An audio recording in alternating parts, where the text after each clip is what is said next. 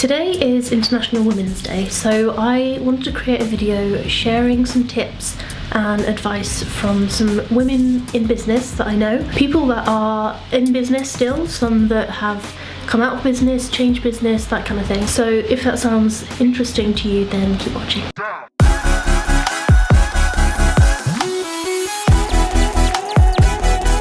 First person I have is Beth here. She's from Mama Life London. Do you want to first explain what Mama Life London is? So Mama Life London is a slogan clothing business. So I do t-shirts, kind of a mental health, mental health kind of at the core of the business. So we have sisterhood, be kind always, and never off duty. If you could give one tip to someone who is either starting business or has started and is sort of a bit like, oh, I don't know where I'm going with it, maybe more specific to product businesses, what would you suggest? I would certainly say the product-based businesses. I started off initially just doing my own photos because I think done's better than perfect to begin with. When you want to get your business off the ground and just take some photos, put them on a website, that's fine. But as you start to build it up and you want your business to look more professional, then you definitely, I would say 100% invest in good photography and videos. So a lot of the work that I do lots of style ideas for clothing, specifically when you're online shopping. I think it's really hard for people to get the idea of what the clothes are going to look like. So if you can style them and do videos of them, so they can see how they fit, how they fall, then that definitely helps people with their purchasing decisions. So I'm here now with Natalie from Engaging Content. You've had your own business for 14 years, yeah. So knows a good couple of things. What sort of tips or advice would you give? The whole process is a journey, not a destination. So things take time, and during that time your confidence will grow, and that's okay. Don't underestimate the value of having professional external help in terms of making sure you're set up properly from a financial point of view, from a visual and marketing point of view, and just don't cut corners. And don't try and do everything yourself. No, don't try and do exactly yourself, and that's because ultimately you're the expert at what you're doing, and we can't all do it on our own. No. And then my final tip would be to look after yourself. Just don't burn yourself out. You're not going to be any good to anybody then. It's quite isolating working for yourself, so it's good to have, like, we've got this is our office that we're in now.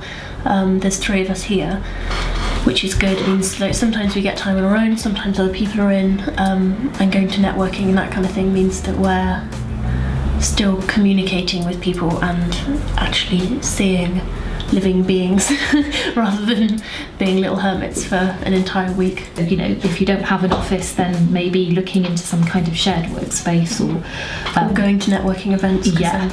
There's so many around. If you just Google your location and networking events, there'll be ones plenty every single week, so it means it gives you something to look forward to. That's about it. So now I'm here with Carol, or Scottish Carol, if everyone knows you.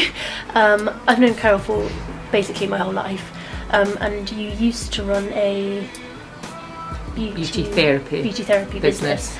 Because you're out of that now, it's kind of looking at it from the other side of coming out of working for yourself and maybe the benefits or negatives of it. So it's something to think about if you're starting a business, whether it's 100% what you want to do and what you can do. So what would you say is probably something that you learned or would advise people? I think initially starting up the business, I was looking at something that would fit in with my life rather than what I really wanted to do. So I think there was an element of having an interest in beauty therapy, but thinking at the time that it might have just fitted in my life rather than something I was really passionate about. So I started the business and realised sort of quite soon that whilst there was a lot of positives about it, that probably it wasn't really the environment for me, the sort of quite isolated, and I prefer to be in a sort of more vibrant environment.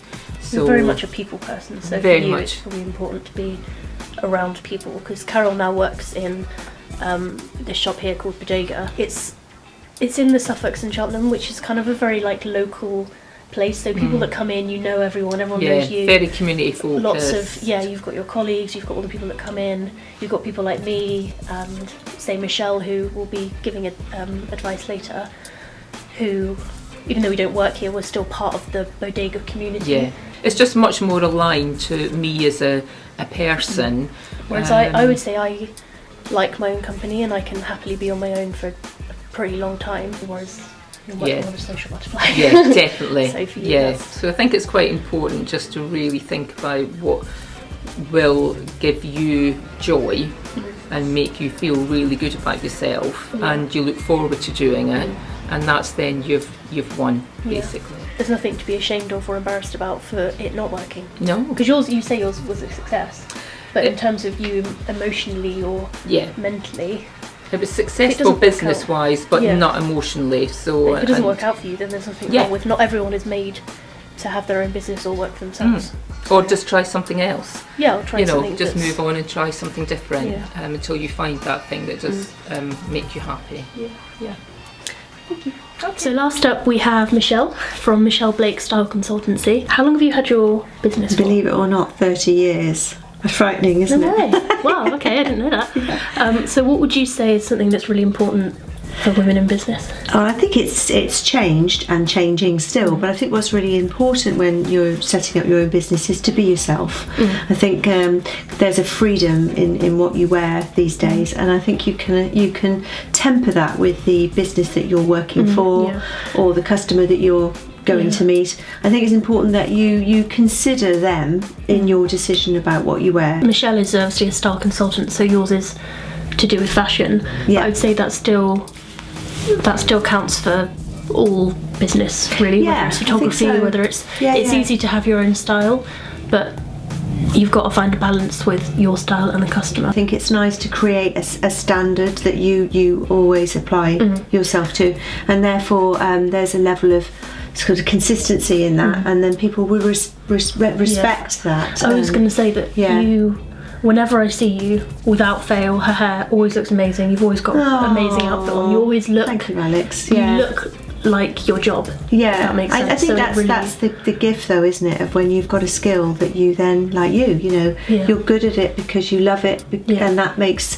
you successful. And I think it's the same for me. I've always loved fashion and style and making people look good and making them feel good, and I just do that for a living. And so it's got to reflect. You have to reflect your. It can't be forced, job. and I don't think style. But you can tell when it's forced. Yeah, and style can't be forced. I think you have to be yourself, which is why I say, for me in the world I'm in, it might be very different to somebody else. Might not get away with wearing jeans and trainers. And I think it's just being respectful to the people that you're working for, and they're paying you at the end of the day. Yeah, exactly. Yeah. Perfect, thank you. So there you have it, some really good tips that I think maybe aren't necessarily the standard ones that you'd always think about, that I hope have helped you. They've actually helped me. Even those people that I know and I speak to all the time, you don't necessarily always talk to each other about what do you suggest for this or what do you suggest for that. Hopefully you have found something beneficial from this video. If you have, share it with everyone and anyone that you know who it might help, and I will see you next time.